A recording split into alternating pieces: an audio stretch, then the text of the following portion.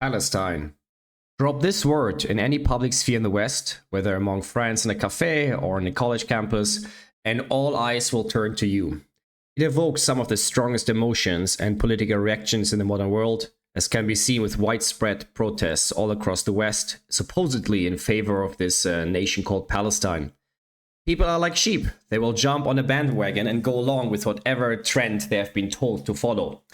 But what is Palestine really? Is it an ancient indigenous people and a nation that got displaced, or is the truth entirely different? In this episode, we will pull back the curtain on one of history's most debated identities, diving into how the term Palestine originated, why it was used, and how a complex web of factors from Roman emperors to Arab leaders shaped the narrative that we see today.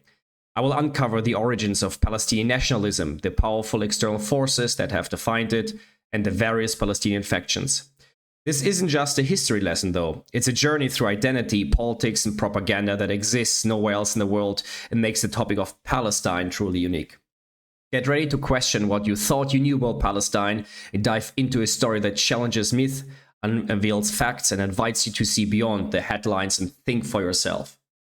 So, let's start off with the chronological timeline and historical timeline, because when we talk about Palestine, people think it is an ancient nation, right?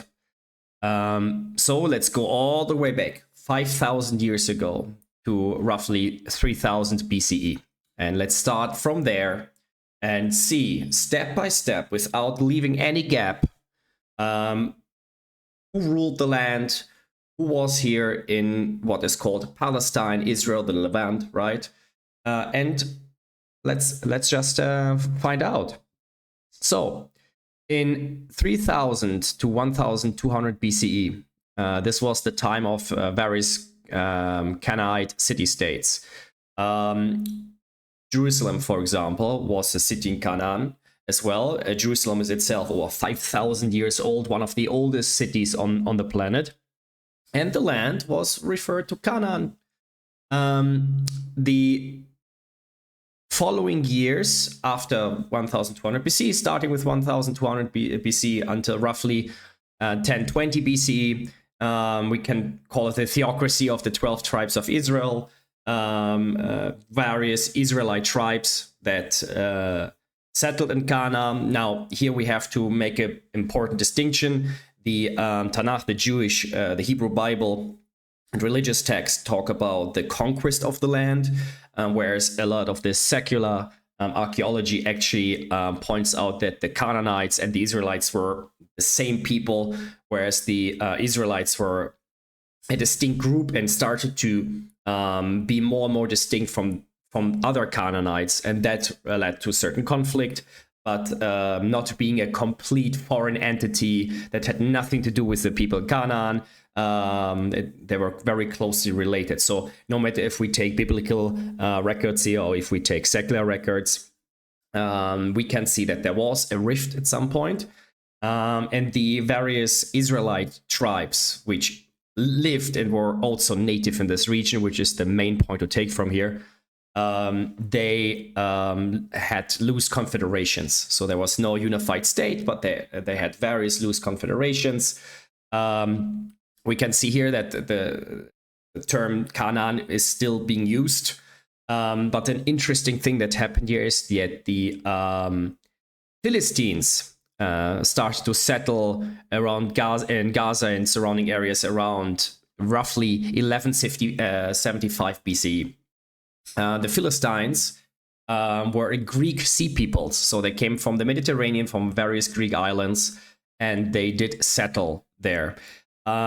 Interestingly enough, the Philistines have been well known. One of the most oldest references and records we have actually comes from Egyptian sources from the 12th century BCE, so very, very, very long time ago, where the Egyptians called these people the Peleset.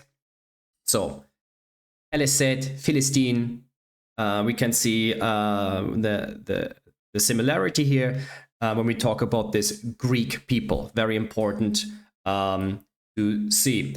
The relevance of This Philistines will become even more clear once we get to the Romans later on. But let's first go ahead. So, okay, we have the 12 tribes of Israel between 12 and 1020 BCE. Then we have the United Kingdom of Israel, which started 1020 BCE until 930 BCE. It was a united monarchy, first under King Saul, then David, Solomon, where the tribes were united, and Jerusalem was designated the capital of this kingdom of Israel. And this is when the land was also referred to Israel, because the Israelites were the most dominant Canaanites that lived there, and created a unified, strong kingdom. So between 930 and 586 BCE, the monarchy divided, so we don't have the United Kingdom anymore. We have the divided monarchy, with Israel being in the north and Judah in the south. Again, there's absolutely no mention of anything regarding Palestine yet, right? You might have seen that. We went all the way back 5,000 years ago, and there was nothing with Palestine. The closest we had so far were Philistines, reference to a non-native Greek people that settled in the region. So, but Philistine and Palestine have nothing to do with each other. So let's keep going. The Babylonians, who took control over the region in 586 to 539 BCE, who administered it, they exiled the Jewish population, but they kept calling the region Judea in reference to the Jews. The Persian Empire followed the Babylonians in 539 to 332 BCE with the Aramaic rule, and they called the region Ebernari. Ebernari means beyond the river, the Jordan River. Of course, Persia having this seat of power in Persia, and then managing a vast empire, and beyond the river referring to Judea, to Israel, to the indigenous land of the Jews there, but not specifically giving it any unique name, but Persian-centered name, beyond the river, to describe this province. So everybody knows Alexander the Great. He was the one who took over after it between 332 to 323 BCE. The Hellenistic culture spread with the Macedonian conquest and in Judea. And the same terminology for the land was used, Judea. There was no introduction to any new term, still no mention of Palestine whatsoever here. The Seleucid Empire, which followed afterwards, 312 to 63 BCE. We're getting closer and closer here to the year 0 from the Gregorian calendar. Again, still a Hellenistic rule, because the Seleucids controlled that particular region after the large unified empire of Alexander fell due to his death. They called it Coele, Syria, and Phoenicia. So it was part of an administrative management reason that they used terminology that suited their purposes. Again, still nothing with Palestine whatsoever here. Okay, let's continue. 140 to 37 BCE, the Hasmonean dynasty. So now we have again an independent Jewish kingdom, the first independent state in that area since the Judah was taken by the Babylonians, as we covered earlier, and the Hasmoneans established their Jewish kingdom because of the Maccabean revolt that happened, and the name of the land was again referred to as Judea. So that was until 37 BC. Then we have the Romans. Now, this is the most crucial aspect here, because the Roman Empire between 36 BCE to 330 CE ruled and administered this region. Now, it is important to mention here that the Hasmonean dynasty got caught up in internal strife and conflict. There was a civil war going on, which weakened Judea to external threats. The Romans who then intervened, they took this opportunity. Pompey the Great, he laid siege to Jerusalem in 63 BCE, and after he breached the city, he went to the temple and desecrated it by entering the Holy of Holies inside the temple, which is like the inner sanctuary, where usually only the high priest was allowed to enter, and that only also once per year on Yom Kippur, after thorough preparation. Nobody else was allowed to enter there. And then you have this foreign general going in there, desecrating it. That led to massive outrage and resentment against Rome. Very important to remember this part now. He turned Judea, or the Romans turned Judea, into a client state. The Romans appointed Herod the Great as the king of Judea. Again, the Romans backed up Herod. So you can imagine at this point how unpopular Herod has been, because every Jew remembered the disrespect Rome has shown to Jewish customs. Even though Herod made a lot of try to win back the population, like he tried to repair the Second Temple, he advance it, make it more spectacular. That was one of his largest building projects. He built various cities in Israel. He built fortresses, including Masada, which is in the Negev desert in the south of Israel, which became later on a symbol of Jewish resilience, etc. He tried, but he also ruled with an iron fist. He suppressed Jewish nationalism. Any desire for independence from Rome was crushed by him. So this is why he is widely seen as just as a puppet of Rome. No matter what else he tried to do, maybe he was also seen as decadent because of all the Romanization that happened, where Roman customs, Roman culture imprinted on native Judean customs. So again, while we're here, there's still nothing with Palestine at all. Like, we are talking about an indigenous people who has just been conquered and turned into a client state, a vassal state of the mighty Roman Empire. In the 50s BCE, Herod's dynasty, Herod's kingdom, gained a bit more autonomy because of the internal Roman civil wars between Pompey and Caesar. Because they were so busy with themselves, they didn't have as much time to look out for all their provinces. When Pompey was defeated, Caesar granted various privileges to the Jews, more religious freedom again, and he also appointed Antipater, the father of Herod, as a procurator, trying to secure loyalty from the Jewish people, etc.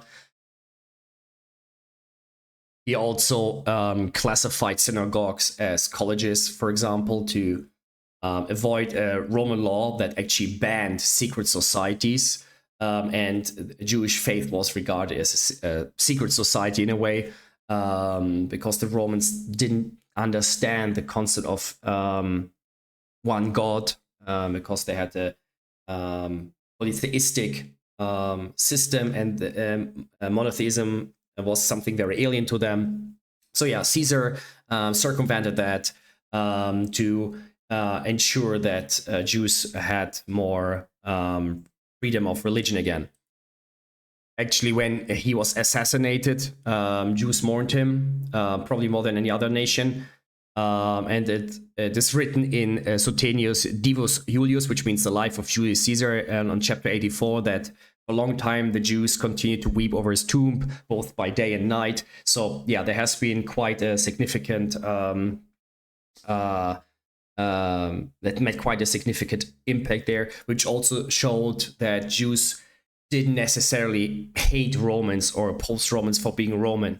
They opposed being limited in their freedoms to be who they are, in their traditions and their customs and their culture, in their religion, which is a very, very interesting aspect to consider here, because it is quite common for native people to project a rejection of a colonizer and then make everybody else who belongs to that particular group the same, make them look the same. The Jews didn't necessarily do that, as can be seen here with Caesar.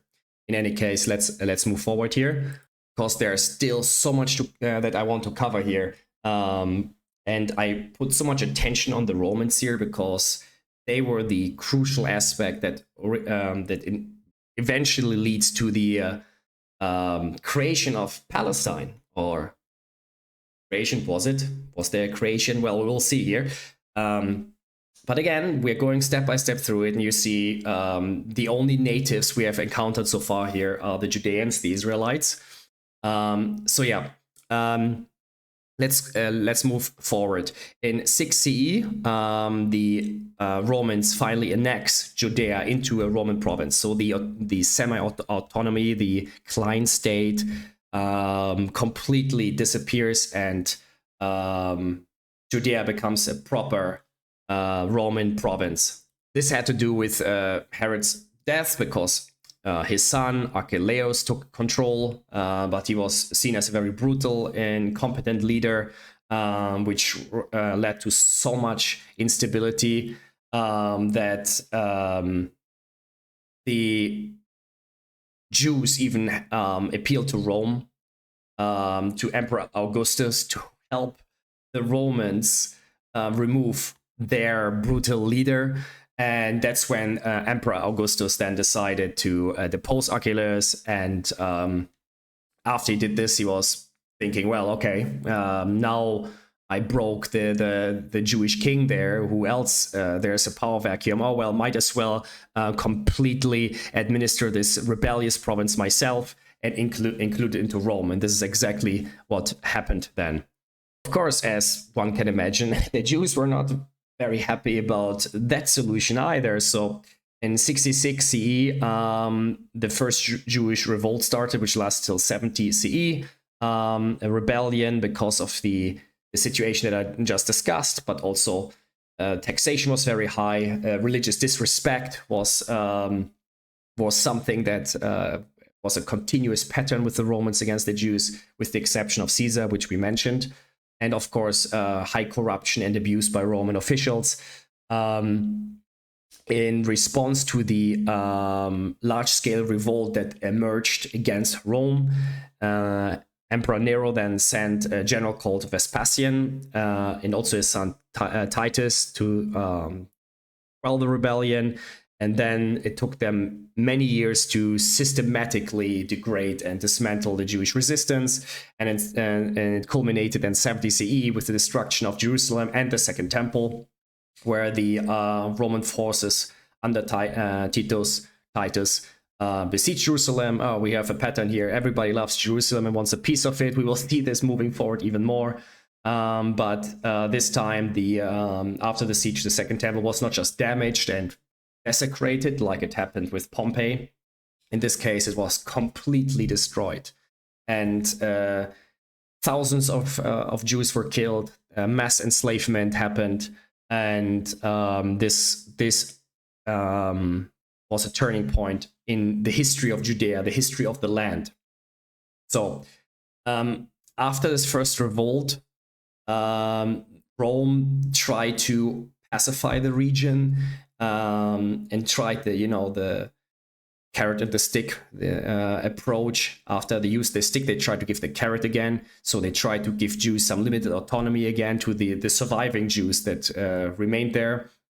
And there was a lot of internal Jewish crisis, what to do without the temple, right? But this is a topic that we shouldn't go too much in, because we want to focus on the history of Palestine, which we are covering, but nonetheless, it's an interesting topic to dive into, maybe in a future episode about Judaism and how it evolved. Nonetheless, in 132 CE, which lasted until 135 CE, there was a second revolt, because Jews are very stubborn people and they not very happy when they're being oppressed by foreign powers. So what actually originally happened? Why did the second revolt start? Because the Emperor Hadrian, who was in power, he established the Roman city called Aelia Capitolina on top of the ruins of Jerusalem, and also prohibited circumcision, which is a very core aspect of Jewish faith.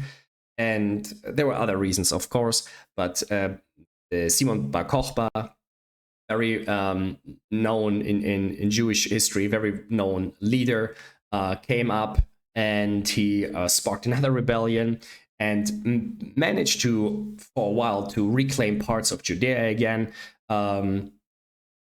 crushed various legions even, and there was initial success, and the Romans had to divert more resources to subdue now this new rebellion against their empire. And in 135 CE, he crushed the revolt, and Hadrian's forces, they destroyed hundreds of Judean villages and enslaved a large chunk of the Judean population. Now the numbers are not clear, that's why I'm not going to mention numbers now, because they vary quite a bit. But it was a significant aspect, part of the people who lived there, the Jews who lived there, and survivors were also barred from entering Jerusalem. So on top of that, but Hadrian didn't stop there. Here is the most crucial turning point that you have been waiting for in this episode so far. Hadrian is changing the name from Judea to Syria-Palaestina. So this is crucial. Let me repeat this.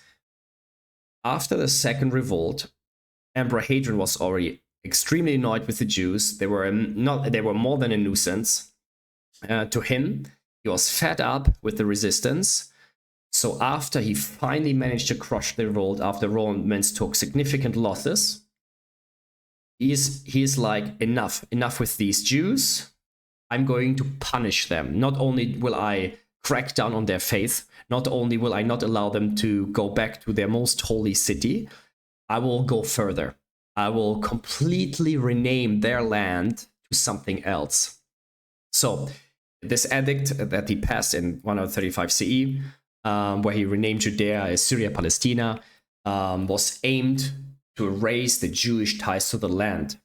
And why did he choose this term Palestina? It sounds so random. Well, in the beginning of this episode, we talked about the Philistines who settled near Gaza, the Greek people who settled there, who were often in conflict with the Jews. He looked at the history book and said, oh, interesting. The Israelites and the Greek Philistines hated each other because the Israelites were not very happy having this Philistine neighbor. Also, you will know the famous story between David versus Goliath. Goliath was a Philistine. Palaesset, how the Egyptians called them. So yeah, he's looking at it and says, you know what? What better way to rename the land after their ancient arch enemy, right? So he tried to undermine any Jewish claim to the region, also with the hope probably to avoid future rebellions and completely destroy any trace of Jewish sovereignty over this particular land. How could Emperor Hadrian have known that his renaming would have had a bigger success in history than he could have probably imagined? We'll see this now. Let's move forward. From 33 to 638 CE, when the Eastern Roman Empire was in charge. Of course, we're not going to go into detail what happened to the Roman Empire, why it got crushed, why it fell, because this is not part of the purpose of this episode. But the Eastern Roman Empire, later known as the Byzantine Empire, was in control there for hundreds of years as well. They controlled the region. Christianity was their state religion, but they kept using the terminology that their predecessor, the United Roman Empire, used. They called it Provincia Palestina. So they used the same Roman administrative divisions as the full Roman Empire did.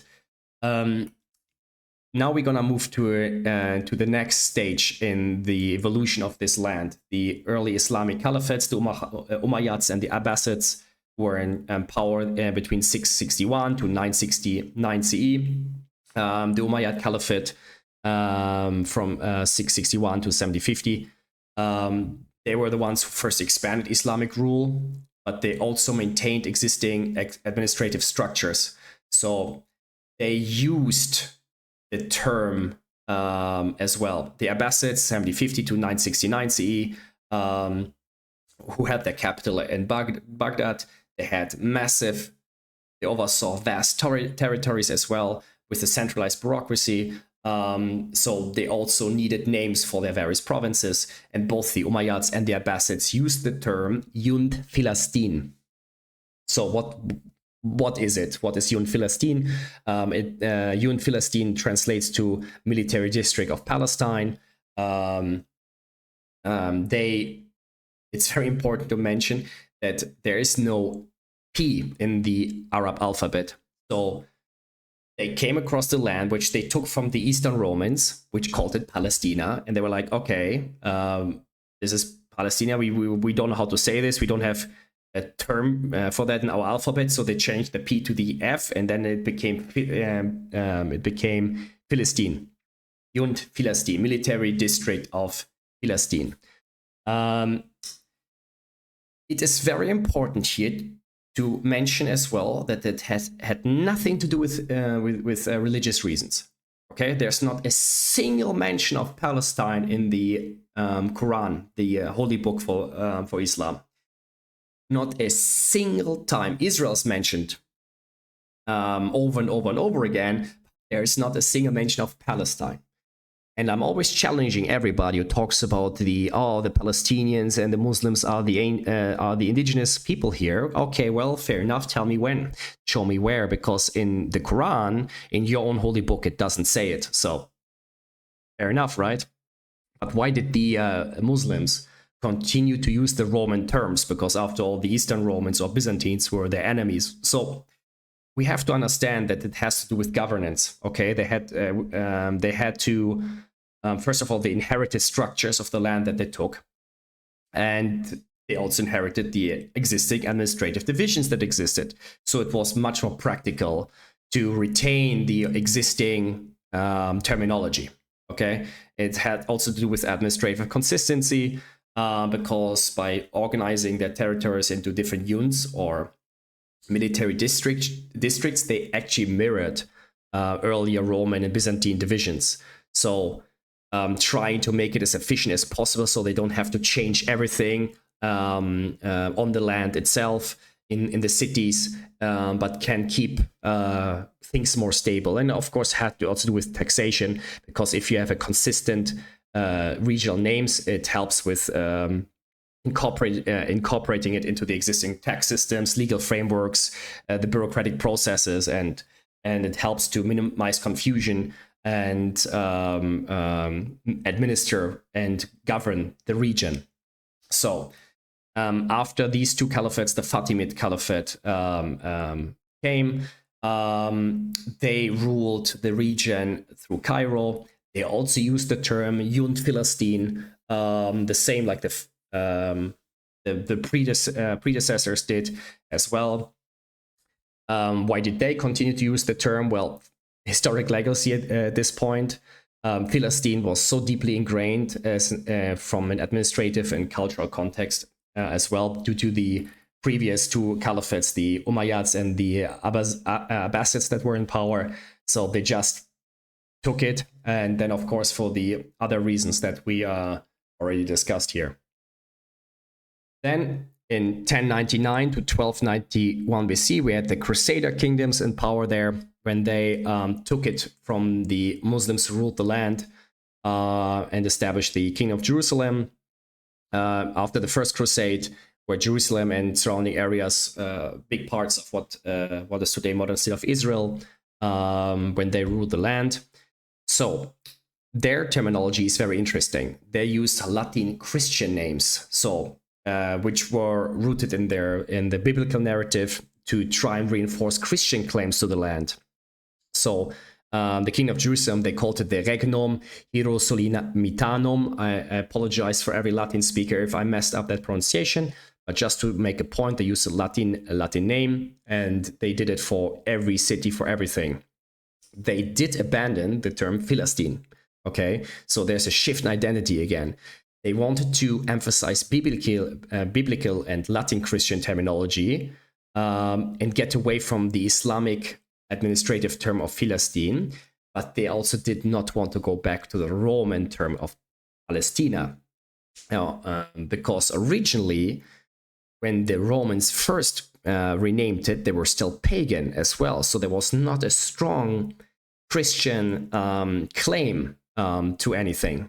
So that's why they abandoned it altogether here. Very interesting. So we can see foreign terms that are being applied on the land. Syria-Palaestina, Palestina, Philistine. Now the Crusaders come and change it all up again.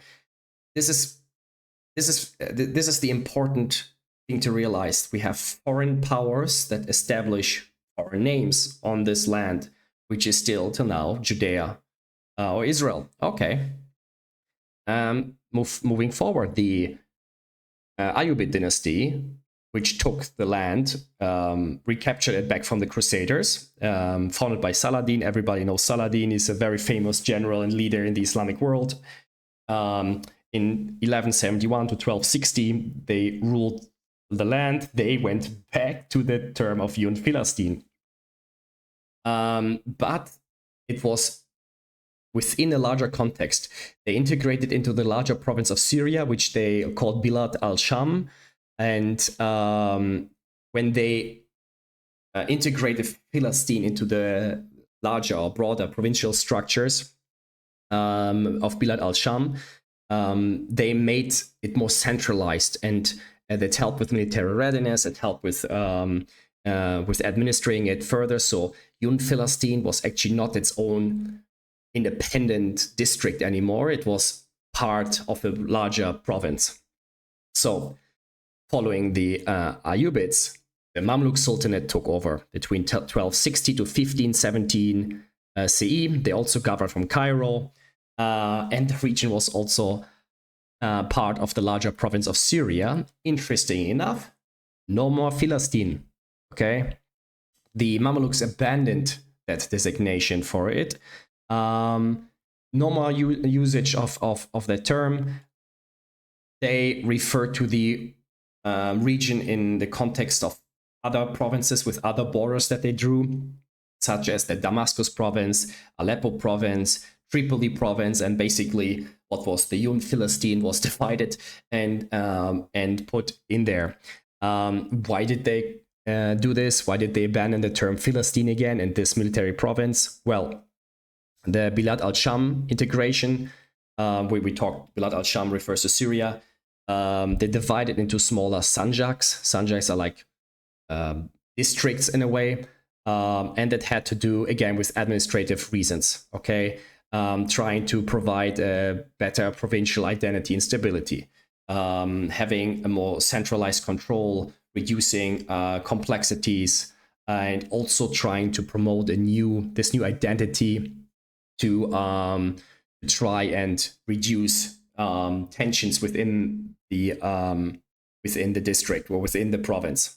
So after the Mamluks, well, you have another big player coming, another colonial power, which wants to play in the land, and that is the Ottoman Empire, which ruled there from 1517 to 1917, 400 years. They integrated this region into their vast imperial network. They continued the Mamluk tradition. They also did not use the term Philistine. They reorganized the land differently. So they had different vilayets and sanjaks, like vilayets are like provinces, and sanjaks are, like we mentioned earlier before, like districts. So They had the vilayet of Beirut, the Sanjak of Jerusalem, or what they called the Mutasarrafite of Jerusalem, in the vilayet of Damascus. So again, similar to the Mamluks, they drew the borders so differently. There was absolutely no relevance or incentive for them to keep something called Philistine or Palestina or Palestine. Again, the term Palestine we don't have. We still had Palestina with the Romans, Philistine with with some of the early Arabs, but not all of them, as we have seen now with the Mamluks and also the Ayyubids. Sorry, not the Ayyubids. The Ayyubids did use the term, but they integrated it into the larger province of Syria, Bilad al-Sham, so it became less relevant. And then with the Mamluks, this term went out the window altogether. So, and the Ottomans kept with this tradition. There was absolutely no relevance given to this land at all. It was also a backwater province for the Ottomans as well. Unlike their former empires who ruled the land, who had these military districts like the Yuns, the Ottoman reforms that were put into place also emphasized to have more standard provincial governance rather than military districts. They really try to look at the efficient ways to govern through a centralized bureaucracy, and also not by any kind of reliance on historical regional terms, because they wanted to reshape it based on whatever made most sense for them, pretty much like every empire. But the Ottomans were rather successful in particular, a reason why they ruled there for 400 years. And yeah, as you can imagine, there was a lot of diversity of ethnicities there. Jews, by the way, kept living there, even in the backwater province of the Mutasarrafite of Jerusalem, how they called it. Again, no Philistine, no Palestine, right? This is historic fact. This is how the Ottomans referred to as the region. So after the Ottoman Empire, we have the British taking over from 1920 to 1948. The British called this region the British Mandate of Palestine.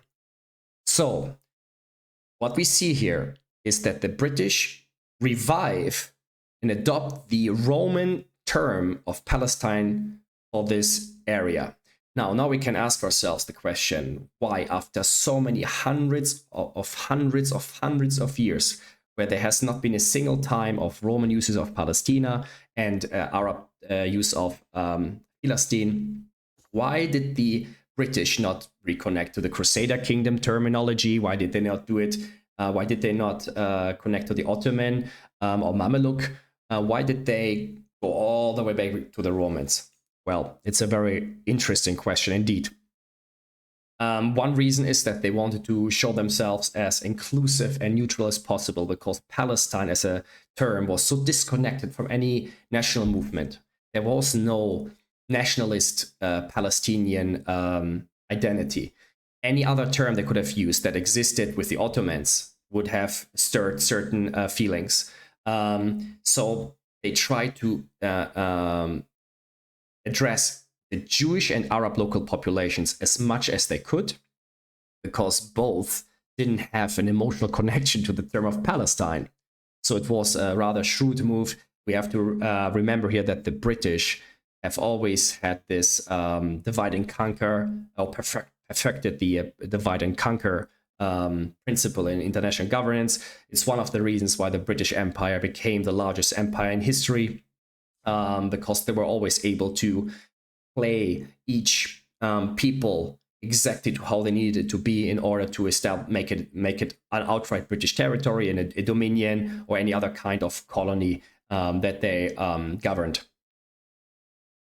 Now, the British wanted to do something with this land. They made various different promises. They promised the French, hey, let's divide the Middle East between us, right?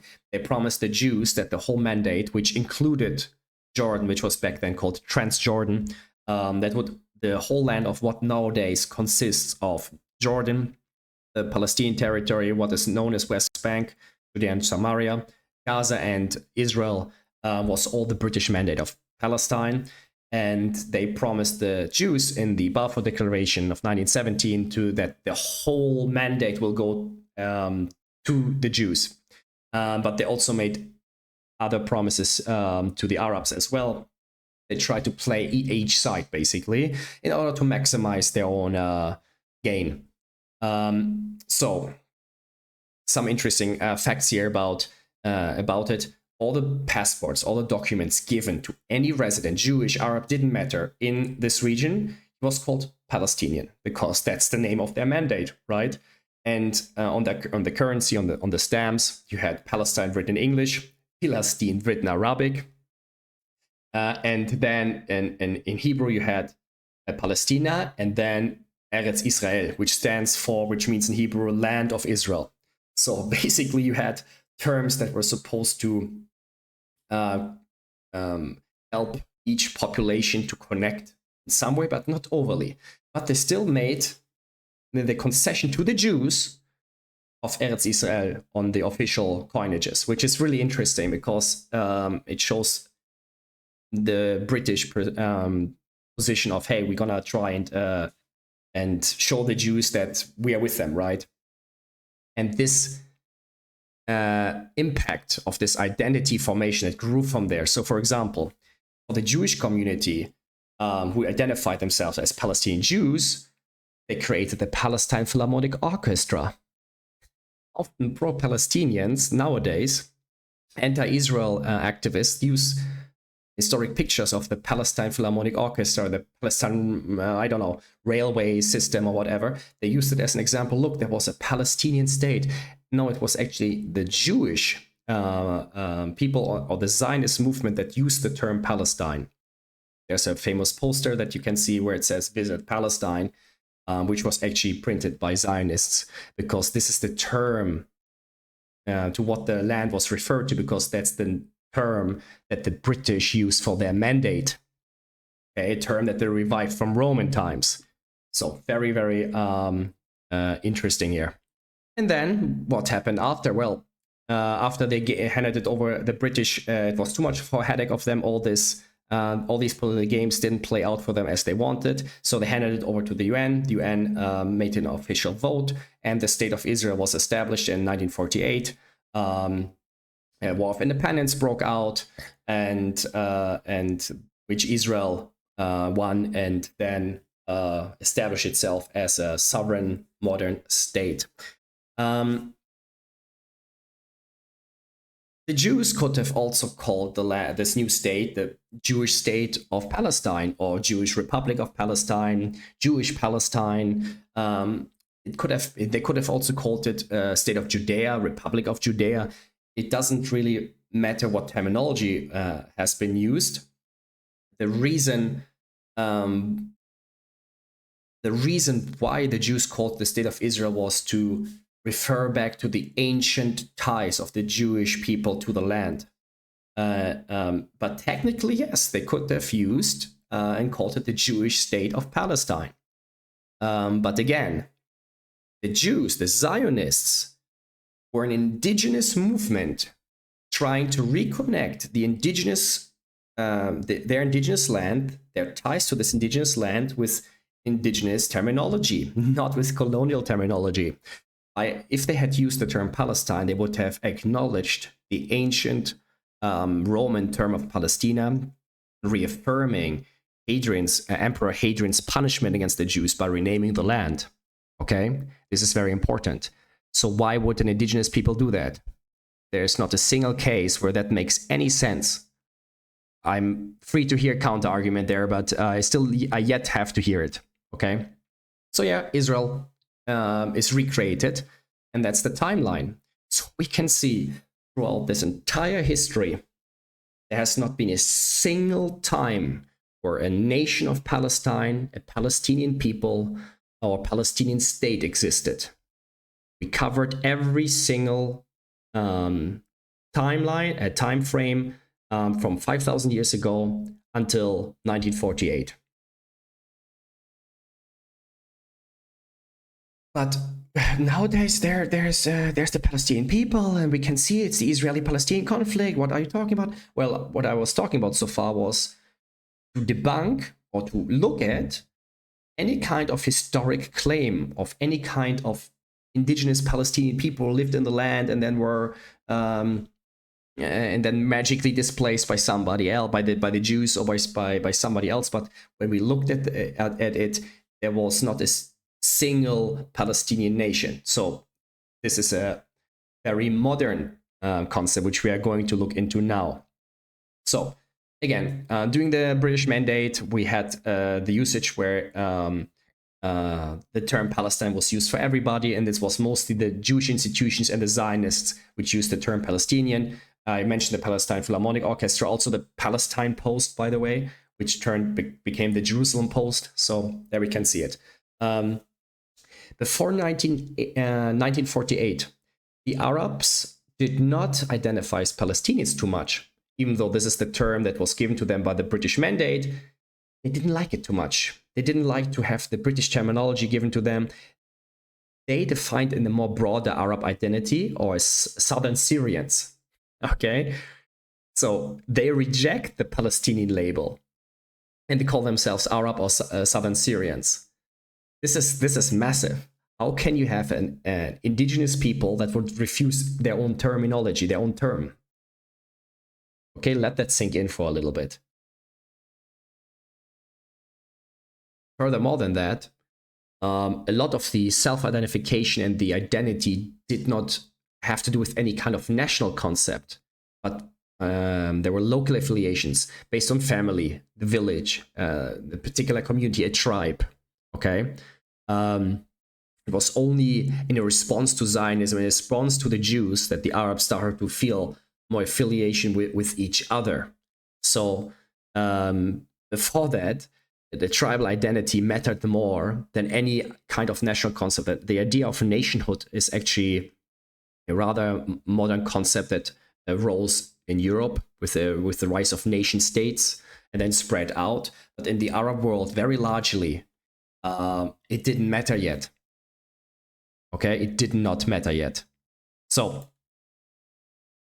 Israel wins the war of 1948. Israel established itself, shows that it's going nowhere, and it's gonna fight back, and then increasingly over time, the idea of Palestine starts to become popular among Arabs as well. It's kind of like a certain out of spite, because suddenly the Jews are not using this British term anymore. So now the Arabs are using the term, also knowingly. It's a PR move, knowing that a lot of people in the West or in the world will still remember the British Mandate of Palestine, will remember the term of Palestine. Okay, so why not use it? Right? Why not use it? And that's exactly what they were doing. But before we go there, I want to give one more quote from Israel's fourth prime minister, Golda Meir. She said, "When were Palestinians born? What was all of this area before the First World War, when Britain got the mandate over Palestine? What was Palestine then? Palestine was then the area between the Mediterranean and the Iraqian border. Eastern West Bank was called Palestine. I'm a Palestinian. From 1921 to 1948, I carried a Palestinian passport. There was no such thing in this area as Jews and Arabs and Palestinians. There were Jews and there were Arabs." That's the quote. Okay? This is a perfect summary of the historic reality that we are dealing with here. Now, the Arabs realize, the Arab nations realize, the Arab League realizes that Israel is not going anywhere. So in 1964, during the first Arab League summit in Cairo, the Palestine Liberation Organization was established with a significant support from Egypt's President Nasser back then, Gamal Abdel Nasser. And the Arab League created this PLO and used it and saw it as a tool to consolidate various Arab factions from that region into a single organization. And then using this organization as a weapon to try and liberate, quote unquote, Palestine, right? To basically have another organization, another group they can use as a weapon against Israel, because their traditional forms of warfare were one approach to try and unite, Egypt and Syria and Jordan, other countries, all teaming up and trying to annihilate Israel and push the Jews into the sea, which was a declared goal in 1948, for example. And now they're creating a supranational organization to try and get to their goals. This is what we need to understand here, okay? This new Palestine Liberation Organization, the PLO, was not a result of a distinct Palestinian national identity, but it was the strategic move, the one that I just talked about. So we need to understand that at this time still, the Palestinian identity, or identify as Palestinian, was still in its very early, in a rather early period, was still in the baby stages, right? It was still evolving, because again, a lot of Arabs still identified as Southern Syrians or Arabs in general. So there was also, that's also a reason, by the way, why there was absolutely no resistance against any kind of occupation when Egypt controlled Gaza, or when Jordan controlled the so-called West Bank. There was zero, nothing. Why? Well, there was no point, there was no purpose, because the Arabs didn't identify as Palestinians. They identified as Arabs, and they're being governed by one Arab country, Egypt, and then by another, Jordan, so that was fine. They didn't care. So the Arab League needed to artificially create the sense of nationalism to open up a new front against Israel. So this is why they did it. The first leader of the PLO, Ahmed Shukeri, he was handpicked by the Arab League. They chose him. Where did he come from? Well, he had Levantine descent, but Lebanese as well, okay? We can see that they imported someone they can control, someone who aligns with their views, and someone who aligns with their vision. So he was the one who built up this whole infrastructure of this new PLO. He was all over the place in Egypt and other Arab countries to kickstart this new organization. It had nothing to do with any kind of local Palestinians. So, in any case, but this was their goal, right?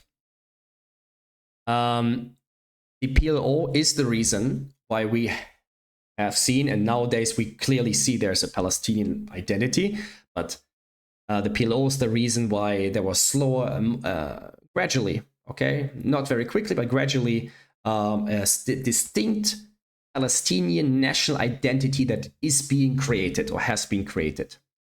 So we can say by the in the second part of the 1960s, this is when the idea of this Palestinian state that people talk about now, or nation that people talk about in the modern context, when this starts to be born. So on one hand, we have this new idea of Palestine, which exists now for roughly 60 years, 50, 60 years.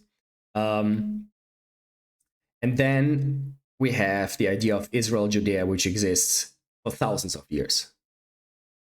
As we have looked into the timeline, there's not a single hinge, there's absolutely nothing referring to anything Palestinian whatsoever. And the Arabs ruled the land, the Arab empires ruled the land.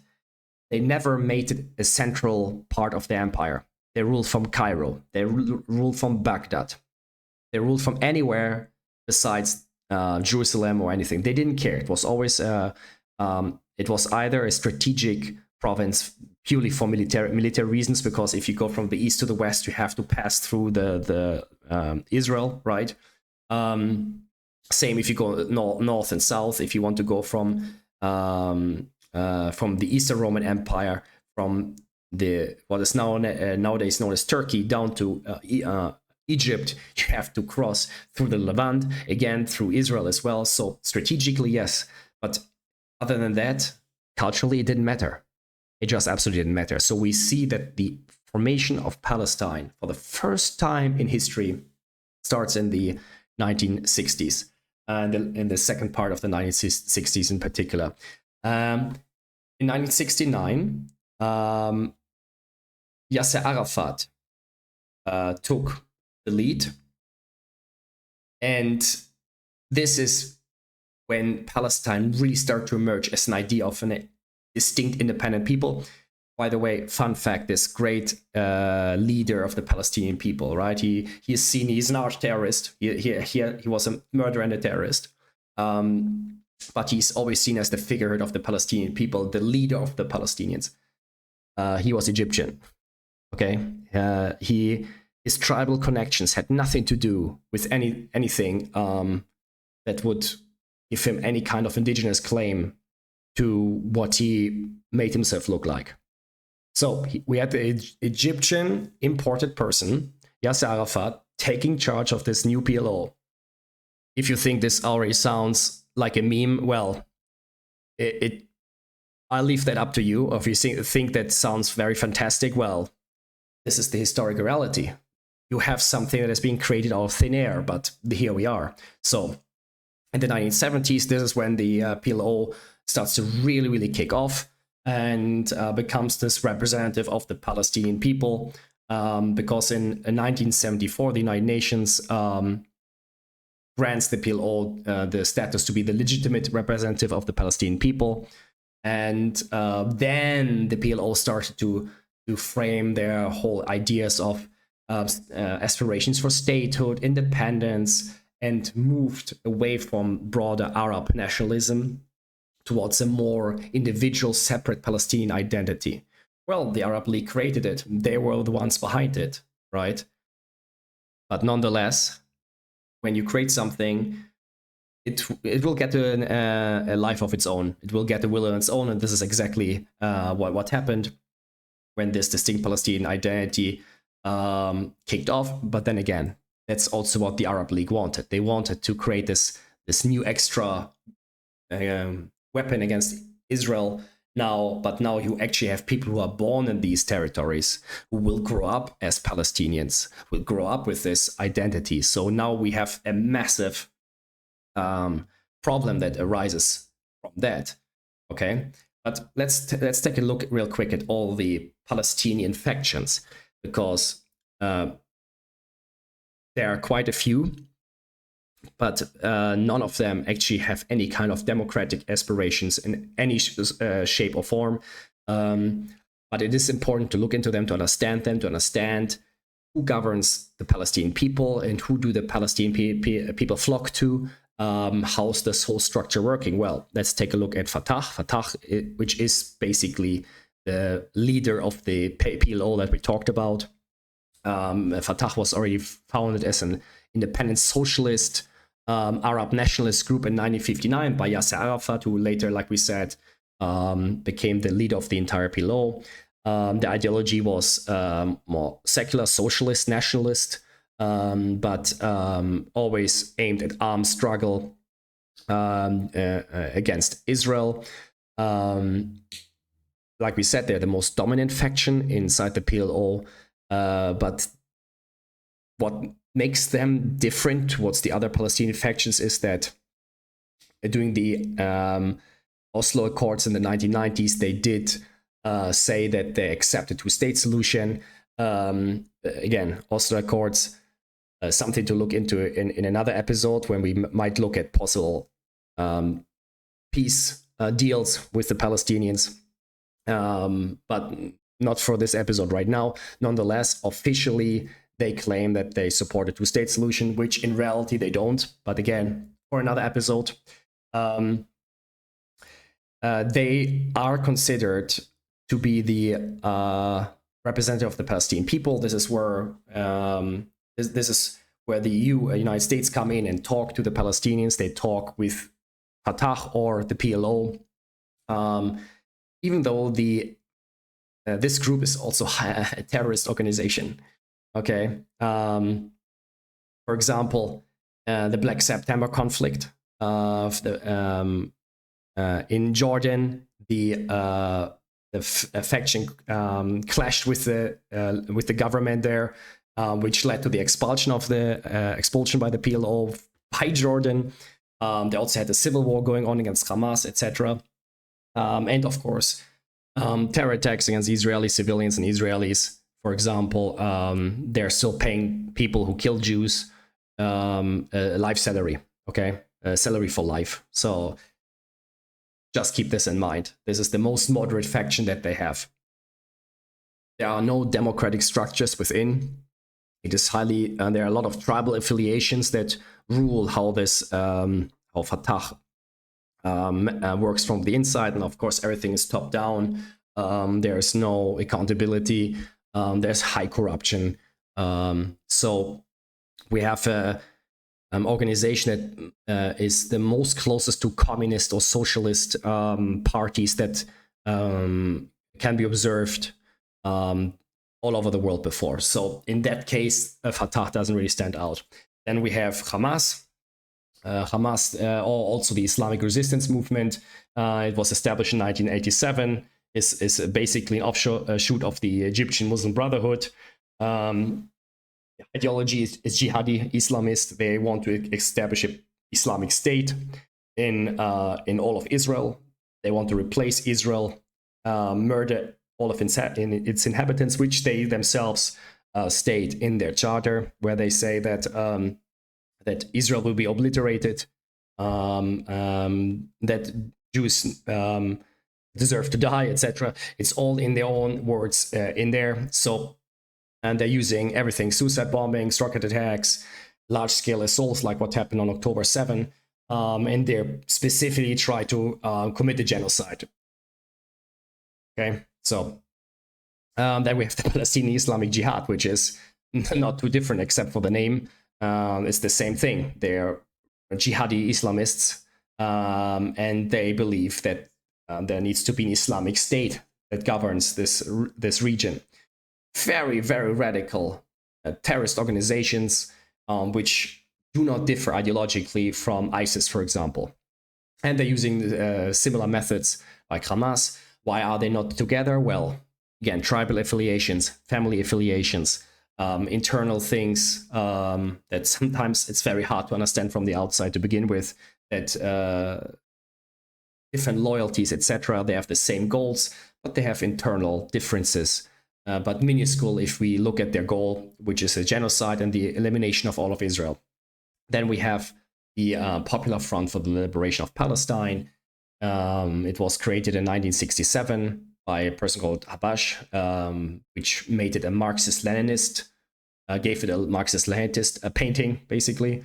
It wants to achieve a complete Palestinian state, again, without Israel, the complete annihilation of Israel, and replace it with a Marxist left-wing state instead, a communist state instead, and then connect to other socialist governments.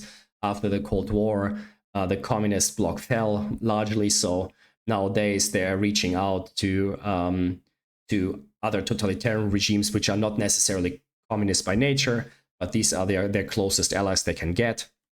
And then we have another faction called the Democratic Front for the Liberation of Palestine, which is an offshoot from the Popular Front we just talked about. But it's just a name difference. It's also a Marxist-Leninist far left-wing group. And both of them, both these Marxist groups have been known for high-profile hijackings and militant activities and massacres as well, like the 1974 Ma'alot massacre, etc. So, and they show a lot of solidarity and are aligned with far left-wing groups around the world. Now, speaking about massacres, let's list it. Let's show exactly the crimes and massacres that were committed by Arabs that later on became Palestinians. Again, for the 1960s, there was no Palestinian people. There's a fairly new creation, artificially created, originally artificially created by the Arab League to use as a weapon against Israel. Right? We can also talk about why. Because, well, we can look at UNRWA, we can look at the framework of the refugees, for example, the Palestinian so-called refugees. are the only ones in the world where through UNRWA that are considered where it's hereditary. So if you are born to a former refugee, you will be automatically considered refugee, and your ancestors will consider be refugee. This is different with any other refugee of any other people around the world, by the way. With the UNHCR, which is the one that deals with refugees from any other place in the world, you are a refugee if you're a refugee in this situation. But the goal is to either integrate you to the new nation and make you part of that new nation, or help you eventually to return to your country once the crisis is over.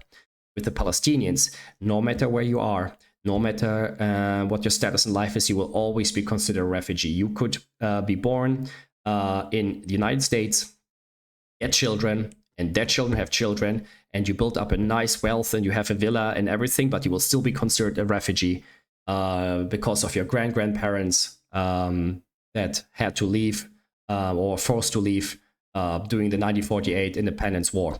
So it's a demographic weapon, okay? This is one of the reasons. We might have to cover this in a distinct episode, actually, to be honest, as well. Why the PLO, the formation of the PLO, was so important for the Arab League, and why it is such a good weapon to use until today. But for now, we're gonna leave that part there. And one mention about the 1948 war, yes, there was displacement. The largest displacements that happened were because the Arabs told Arab locals, leave, we're gonna wipe out the Jews, we push them in the sea, and then once we're done with them, you can come back. Well, it didn't work out quite that much, didn't it? The Jews won, and then that's it. Yes, there were instances where the Jews also pushed Arabs out due to strategic reasons, but for the most part, Jews told Arabs, local Arabs, join us, do not oppose us, do not stand in our way, which they did. And then you have to react. And war is always nasty. Okay, war is always nasty. But what happened? These Arabs that left to other Arab countries were never integrated. They're in Syria and in Lebanon. They're considered second-class, third-class citizens. Not even citizens. They don't even have citizenship. They don't have the same rights. This is actual apartheid. They're not allowed to go into certain professions. They're not allowed to own property. When we look at all the Jewish refugees that were displaced from Arab lands into and then escaped to Israel, they have been fully integrated and are full citizens of the state of Israel. Okay? Just to give you a little bit of an idea that the Palestinian people are being used as pawns on a bigger scale by Arab leaders. But let's look at these pawns because they were anything else but innocent. So let's look at crimes committed. Okay? So we can see that the conflict didn't start just in 1948. It didn't just start with the Zionists. It didn't start with the immigration of European Jews to Palestine as it is often covered. And we're going to see in a second why. So in the pre-state era, right, before 1948, we had in 1920, we had the Nebi Musa riots, where hundreds of Jews were injured. 5 Jews were directly killed. And that event led to the creation of defense organizations like the Haganah, which later became the IDF. 1921, we had the Jaffa riots, anti-Jewish violence that erupted there. 47 Jews were killed, 140 or so were wounded. And this pogrom led to Jewish self-defense forces expanding their and heightening their security efforts to protect Jewish communities. In 1929, we had the Hebron and Safed massacres, okay, where Arab mobs just attacked the Jewish communities in Hebron and Safed, and pushed by a false narrative that Jews were planning to seize control of the Al-Aqsa Mosque. Okay, 67 Jews were killed in Hebron, 18 in Safed, I believe, and in the aftermath, Jews were expelled, evacuated, okay, from these cities because of safety reasons, which is like an expulsion if you think about it. And that ended many centuries of Jewish presence in Hebron, which has been always a Jewish city. So Jews lost control over one of their most ancient sites because of Arabs pushing Jews out.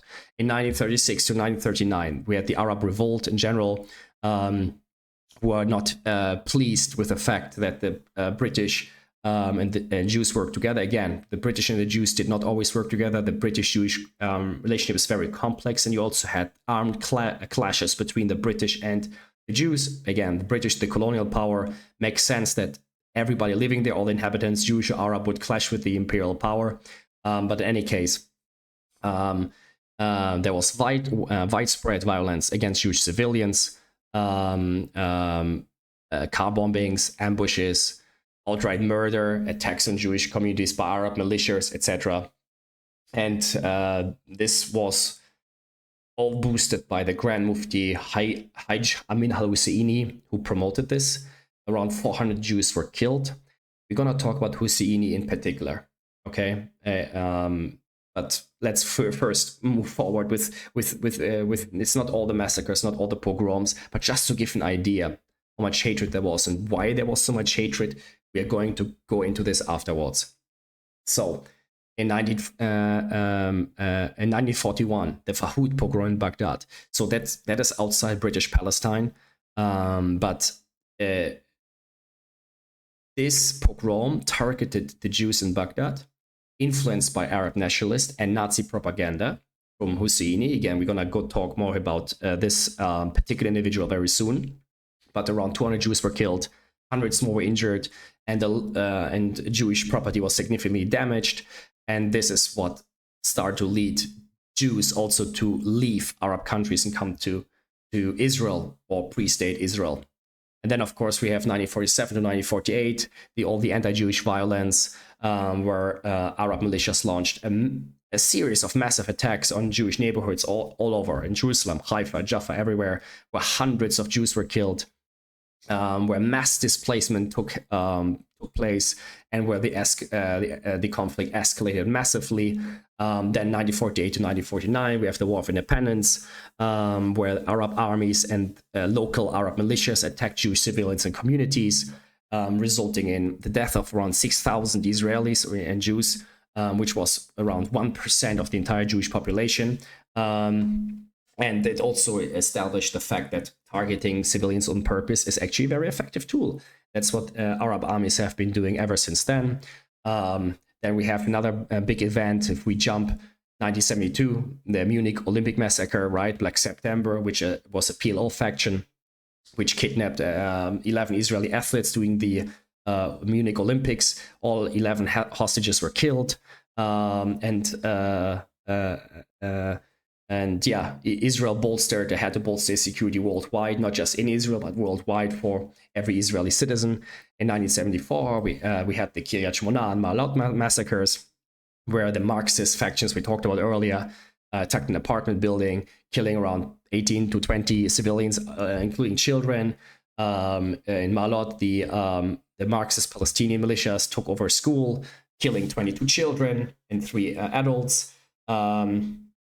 In 1978, there was a Coastal Road massacre where the PLO hijacked a bus, killing 38 civilians and 13 children. And there were more casualties, I believe, that resulted in the broader context of there as well, not just in the bus, but in the overall attack. It was like, 38 dead, 70 injured in total, something like this. So yeah, massive terror attack. Then 1980, we had the Misgab Am attack, where PLO members infiltrated the kibbutz called Misgab Am, murdering a baby and two adults. So 2000 2005, we're talking about the Intifada here. Speaking of Intifada, I forgot to mention the first Intifada, really, where around 200 Israelis were killed in the late 1987 to 1993. And the second Intifada, 2000 2005, where around 1,100 Israelis, mostly civilians, were killed. The Sparrow restaurant bombing 2001 was part of it. Passover massacre in a hotel in Netanya, like so many things. And of course, we have October 7, 2023 with the Hamas massacre, the unprecedented invasion of Israeli land, indiscriminate killing of every person Hamas came across with the intent to maximize the death on the Israeli side, for example, and all of these elements. This is coming from Palestinian factions, but the crimes were not just limited to Jews. The Arabs also, the Palestinians also committed crimes against Arab communities. For example, the Black September conflict in Jordan, 1970 to 1971.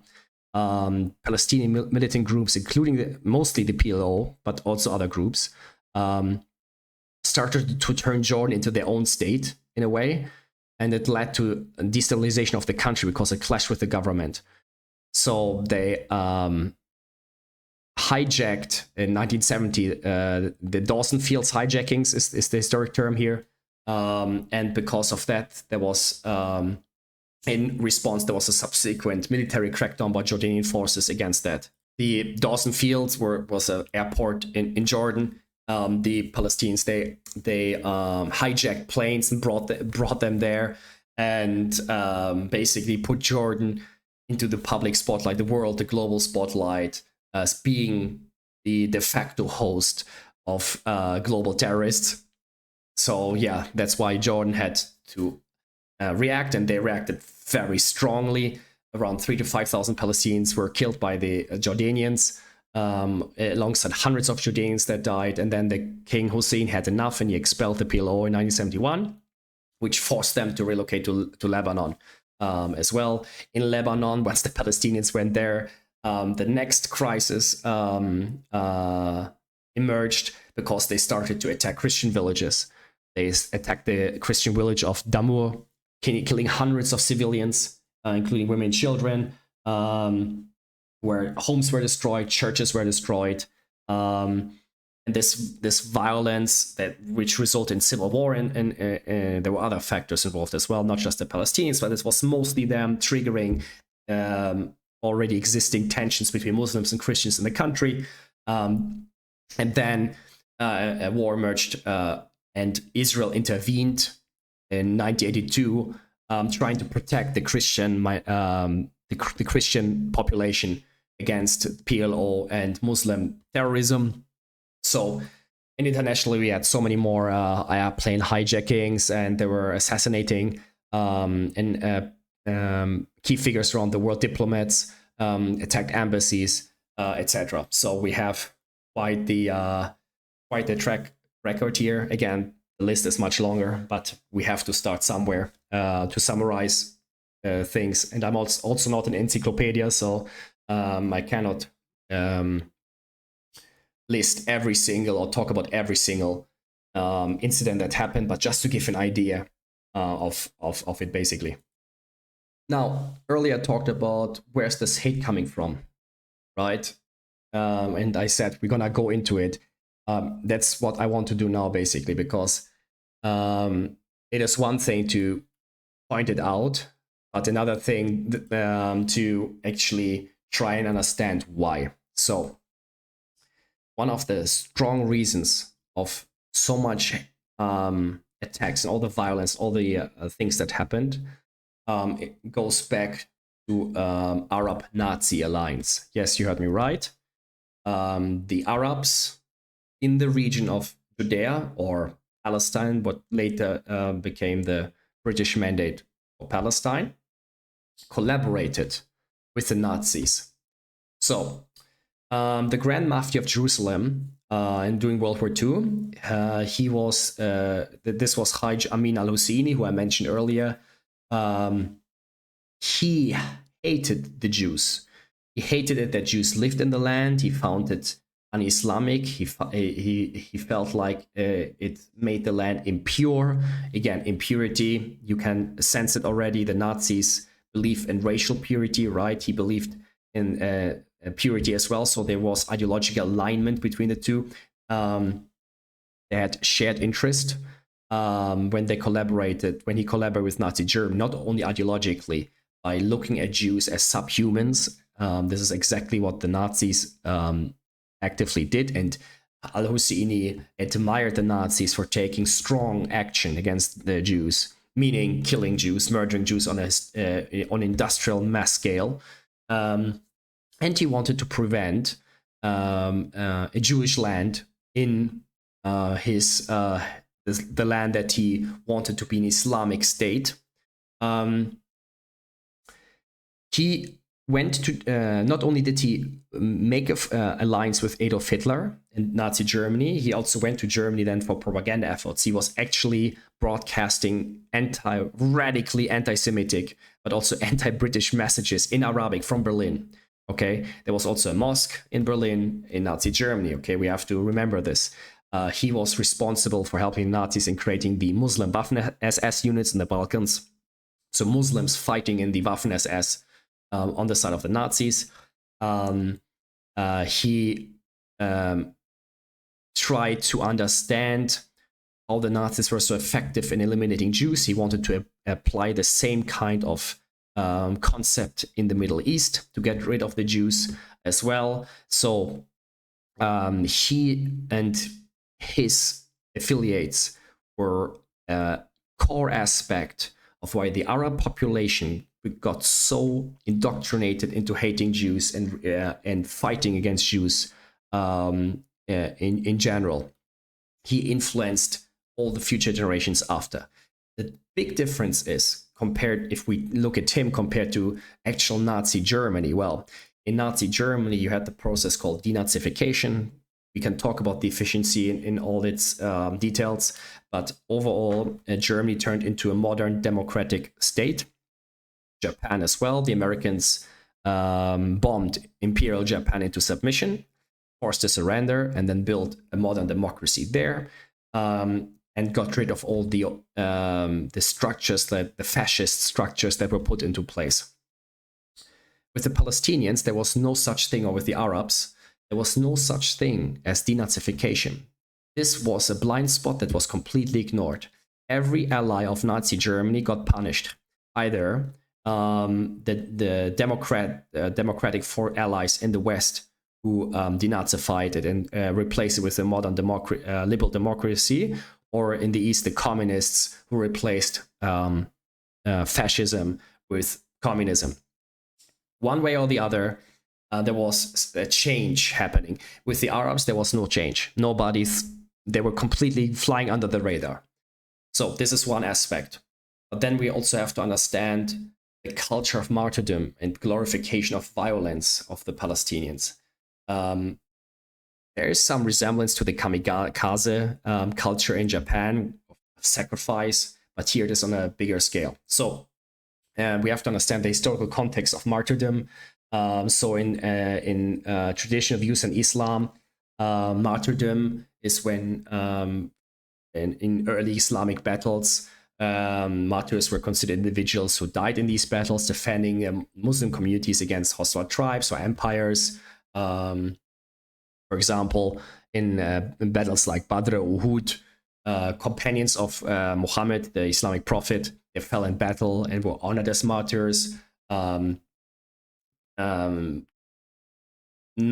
for example, I have something as a quote here that I want to bring, and I do not remember this out of the top of my head. Not everything, especially not the quotes. Here in the Quran is Surah Al-Baqarah 154. It says, "Do not say of those who are killed in the way of Allah that they are dead. Rather, they are alive, but you perceive it not." So basically, if you die for the cause, you get like the first class treatment in heaven, right? So there's an incentive for it, and this has been expanded upon to use this in political terms. So now you have every jihadi, every Islamist group around the world who believes that when you sacrifice yourself, you become a martyr. Like you're not sad when your son dies because he's a martyr. He is in a better place in heaven now. He did his duty for Islam. He did his duty for his family, for the tribe, for everyone. It's the highest state to be in. And this is a very weird way of thinking in Western concepts, because in the West you value life, but we have to understand that we cannot have this Western-centric thinking and apply it to other cultures and civilizations. We have to look at it as an independent entity where we cannot apply liberal principles that we are used to in the West. So suicide bombings also come from this, right? So this is why you'd had, like, after October 7, when Hamas fighters who raped and murdered Israelis were finally killed, and their mothers were happy because they were seeing their son as a martyr who died for the cause, right? So we talked about the Nazis being a big reason for the hatred in Palestinian society, but this is quite a few decades ago, right?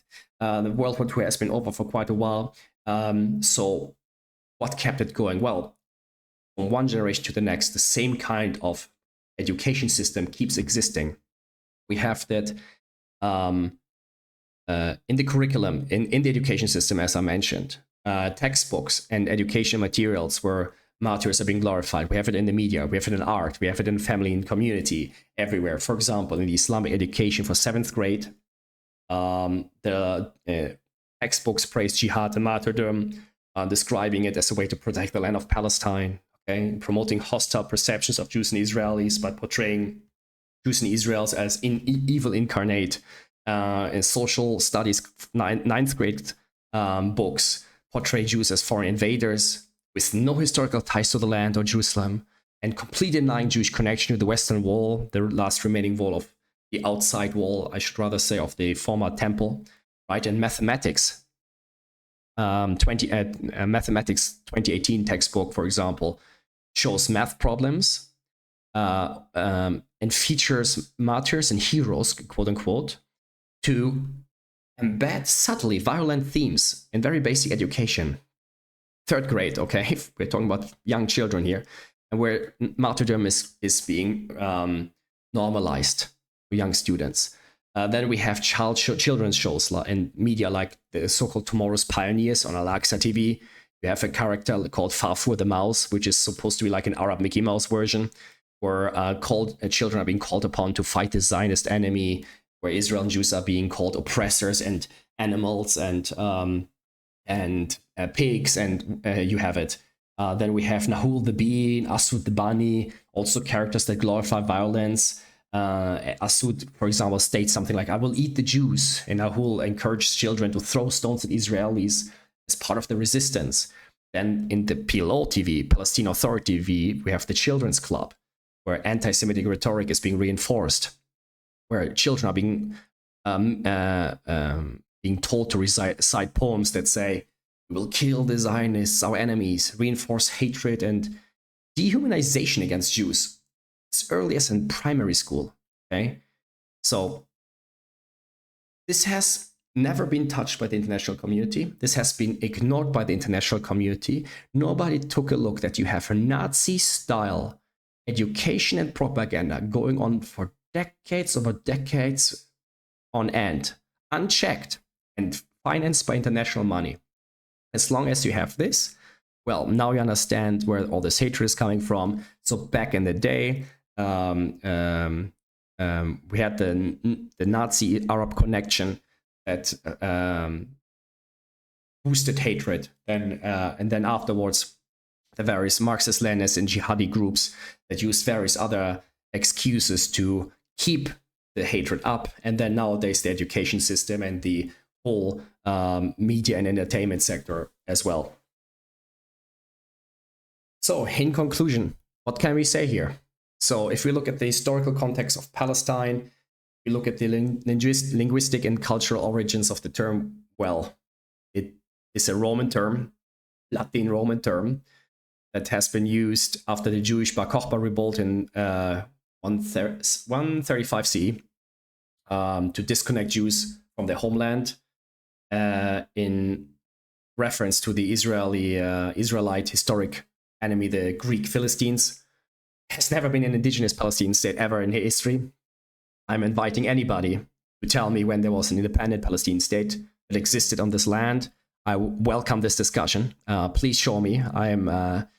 I very curious. Every time I ask this question, I never get an answer. It is almost a meme, or not almost, it is a meme at this point, claiming to be the indigenous people of a land and not being able to say one thing that is indigenous there, what their currency was, what their capital was, and to name any king, any historic enemies, why there's no archaeological findings of anything Palestinian. The list could go on, right? But yeah, be my guest. I'm always curious to hear. Then the emergence of a distinct Palestinian identity, which we talked about, that started in the 60s, especially after 1964, after the PLO was created as an effort, strategic effort by Arab states to bring all these different Arab factions together and create this Palestinian umbrella to use them as a weapon against Israel. Then Arafat coming and perfecting it, using this tool very efficiently, which helped him to get recognition to be the representative of these Palestinians in 1974. Yeah, we talked about the martyrdom, we talked about the historic reasons here.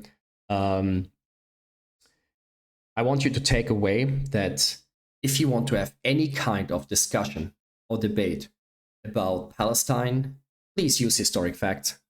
Okay? Don't just repeat like a sheep, this is indigenous Palestinian land. If you don't know the truth, if you don't know the facts, don't engage in it. I'm not engaging in any kind of foreign conflict that I have no clue about if I didn't make my diligent research to try to understand as much as possible. And even then I will ask more questions and rather having an opinion. If I don't feel like I'm really sure about what's going on here, this is what everybody should do. Think, use your brain, use your God-given sentience to reflect on things, to ask questions, and then based off on that, you can start forming opinions. In any case, thank you so much for listening. Thank you so much for tuning in. My name is Adrian Aviel here at Mavericracy podcast, and I will be looking forward to have you in the next episode.